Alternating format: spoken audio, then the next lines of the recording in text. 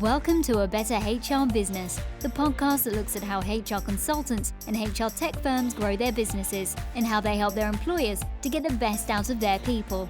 Remember, for show notes and downloads, go to www.getmorehrclients.com/podcast. That's getmorehrclients.com/podcast. Okay, let's get started. Hi there, thanks for joining me again.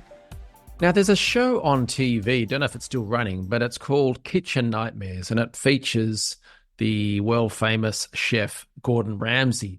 And in that, he travels around restaurants in the US that are basically, they're underperforming. There's a big problem, there's cash flow, there's no customers, or they're losing money, hand over fist, all that sort of stuff.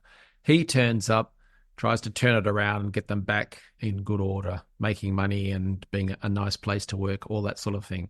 I've seen some of the shows, and I saw a picture of him recently, and it sort of triggered the memory of having seen those shows because it's very formulaic. I don't know if you've seen it, but it goes through a very, very formulaic process in which he travels around and turns them around. So I wanted to quickly run through those and then explain how you can use that for your own HR-related business and having a process to turn that around.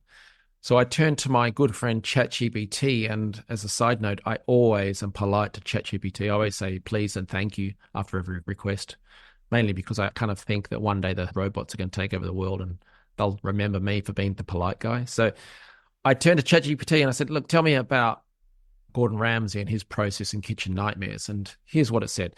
So his process has a few different steps: assessment, feedback, menu simplification, kitchen cleanup and renovation, training, relaunch, and follow-up.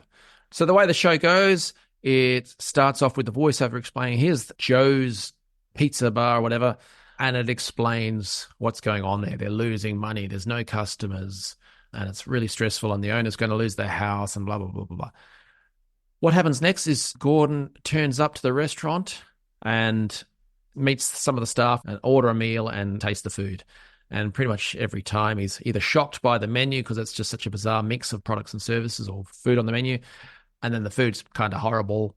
But he does this all very politely, and then he chats to a few people, maybe the server or maybe the owner as well. But after that, then we go into phase 2, which is having done that assessment, he gives his feedback. And that is maybe a lesson we don't want to learn because he goes into full abuse mode, swearing, yelling at the people. This is terrible. This is awful. Pretty much just focused on the business owner for the horrible job that they've done. So my advice is maybe don't take that approach. But still, there's an assessment, then there's some feedback. And then the next, he starts to work through how do we turn this around? So it's often around cleanliness. So they'll actually get everything cleaned up, renovated, maybe putting in new ovens or plates and all that sort of stuff and scrubbing the thing from top to toe. Menu simplification. So same with HR businesses, products and services, we can have all kinds of things. And certainly the HR generalist type firms can do everything from hiring to offboarding, so employment contracts, training, staff surveys, performance management, the works. And so he sees the equivalent of that in the restaurants where they're serving pizzas and Chinese food and Indian food and everything. So it's around how can they simplify that or make it much more appealing to their target market and their audience and the location, etc. And then there's training. So having reworked the kitchen and cleaned everything up, maybe done the decor and fixed some of the restaurant stuff and simplified the menu and got it all clear, he now has to train the kitchen staff on how to make this stuff, the new menu if it's been refined, and also some training for the front of house staff on how best to communicate this, what to push more and reduce sales in other areas. So there's a training element to that. Then they relaunch or do some marketing and promotion to generate some new business.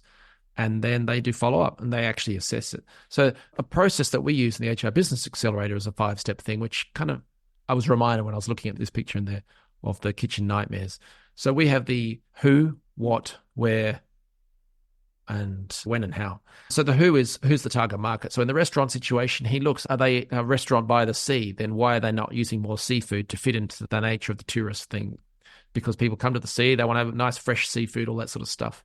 Or if it's in the middle of a busy business district, then why are they serving big, slow meals when people are in a rush? They can only come in for a half an hour quick lunch for a meeting or something, and then they're out again. So why on earth are you serving slow meals? So again, for the HR world, Are we matching our products and services to the who? Who is our target market? And, listen to an earlier podcast about the segmentation and the way you can segment your audience and really understand who they are, what they need, what they require.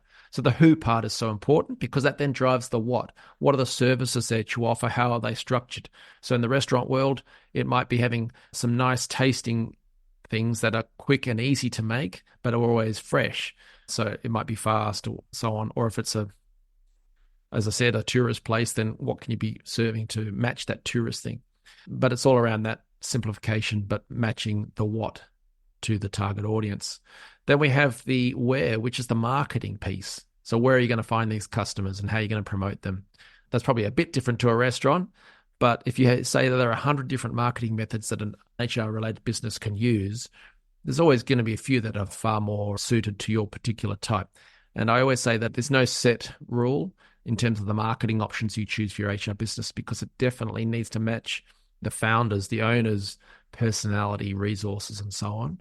And then as time goes by, as you build up a team, you can add new channels or strengthen marketing methods and channels depending on the team members you've got.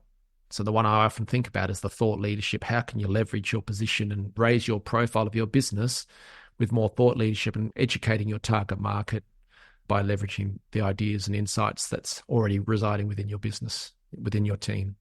And then the when.